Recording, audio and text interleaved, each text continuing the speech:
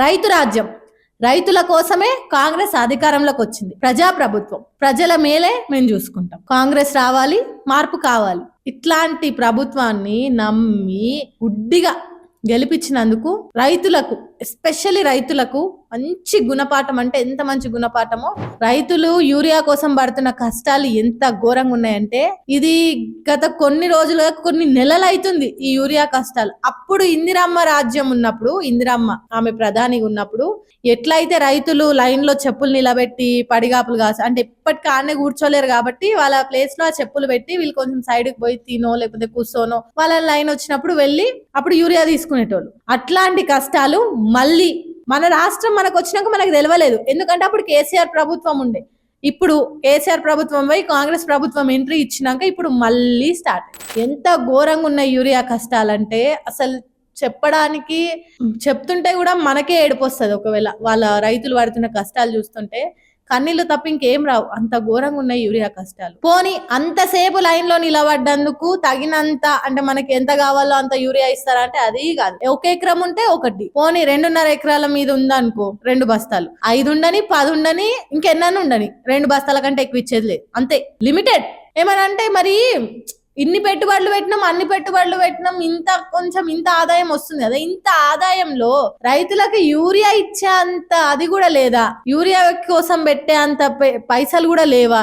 ఏం చేస్తుంది ప్రభుత్వం? పైసలన్నీ అప్పులైనే కేసీఆర్ గవర్నమెంట్ అప్పులు తెచ్చిచ్చి పోయింది. ఆ అప్పులు పూడ్చడానికే మాకు టైం పడుతుంది అంటే 2.5 ఏళ్ల నుంచి ఇంకా అప్పులు పూడుస్తూనే ఉన్నారా?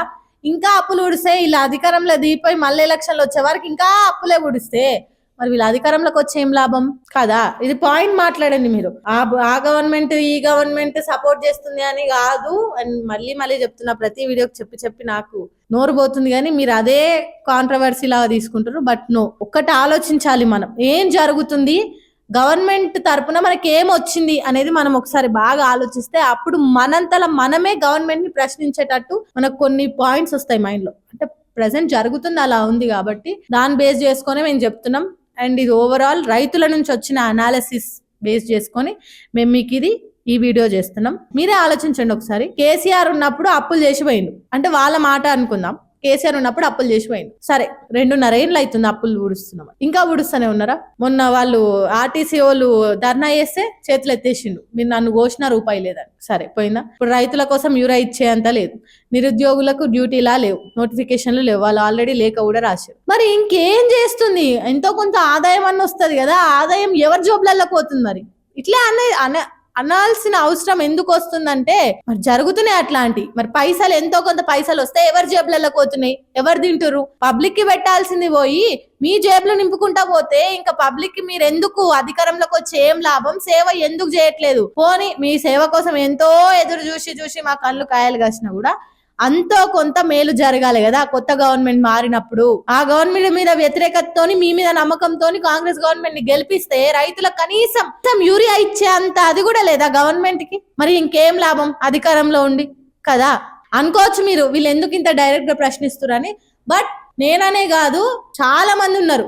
అండ్ ఇంకోటి, మేము అనాలిసిస్ చేసినప్పుడు చెప్తున్నా, ఆ వీడియోస్ మేము చూపించలేం కానీ అవి ఎట్లాంటి బూతులు, రైతులు పాపం ఆ బూతులలో వాళ్ళ బూతులు వింటున్నాం కానీ ఆ బూతుల వెనుక వాళ్ళ కష్టాలు అయితే మనం చూడలేకపోతున్నాం. నీళ్లు మొన్నటిదాకా నీళ్ల కోసం ఎన్ని బాధలైనాయి. ట్రాక్టర్లల్లో నీళ్లు తెచ్చుకొని నింపుకున్న పరిస్థితి వచ్చింది. అది అయిపోయిందా? ఇప్పుడు యూరియా కష్టాలు. ఇవన్నీ కొద్దిసేపు పక్కకు పెట్టినా కూడా కాళేశ్వరం, ఇందులోనే మాట్లాడదాం. కాళేశ్వరం వేస్ట్, మొత్తం అవినీతి జరిగింది, కుంగిపోయినాయి, అన్ని కూలిపోయినాయి, మొత్తం జోబులు నింపుకుర్రు, అందరు దండుకుర్రు, మొత్తం దోచుకుర్రు, అది ఇదని అన్నారు. మరి ఇప్పుడు అవే కాళేశ్వరం నీళ్లు ఎందుకు వదిలేస్తున్నారు? అవే కాళేశ్వరం 2-3 మోటార్లు మొన్న ఆన్ చేస్తే ఇప్పుడు ఆ కాళేశ్వరం నీళ్ళే రైతులకి పంట పొలాలకు యూజ్ అవుతుంది. మరి పనికి రాకుండా పోయిందన్న కాళేశ్వరాన్ని మళ్ళీ ఎందుకు ఓపెన్ చేసిరు? అవినీతి జరిగినప్పుడు అది పనికిరాదు కదా రైతులకి. మరి ఇప్పుడు ఏ విధంగా పనికి వస్తుంది? అందుకే 1కి 2 సార్లు ఏదైనా ఆలోచించిన తర్వాతనే దాని గురించి మాట్లాడాలి. అంతేగాని ఆ గవర్నమెంట్ మీద వ్యతిరేకతతో ఇష్టం వచ్చినట్టు దూషించడము. అది కాళేశ్వరం ఎంత గొప్ప ప్రాజెక్టో, వరల్డ్స్ బిగ్గెస్ట్ ఇరిగేషన్ ప్రాజెక్ట్ అని అందరికి తెలుసు. అంత పెద్ద ప్రాజెక్ట్ ని నోటికి వచ్చినట్టు మాట్లాడు, హంగు ఆర్భాటాలు, అత్యుత్సాహాలు, అదే అవినీతి జరిగిపోయింది, ప్రజల సొమ్ము తిన్నారని అబ్బా ఎంత రచ్చ జరిగింది. వచ్చుడే ప్రజలకు సేవ చేసేది ఏం లేదు, పబ్లిక్ కి పనికి వచ్చే పనులు చేసేటివి కూడా ఒక్కట్లేదు. వచ్చుడు ఇంట్లో అవినీతి జరిగింది, అందులో ఆ కాళేశ్వరం అవినీతి జరిగింది, ఇది జరిగింది, దాని మీద కేసు దీని మీద కేసు అని సగం కాలం గడిచిపోయి అదో 6 నెలలు ఒడిగించినా అది అయిపోయి. ఇప్పుడు ఈ యూరియా కష్టాలు, ఇంకెన్ని కష్టాలు. మరి గవర్నమెంట్ ఏం చేస్తున్నట్టు?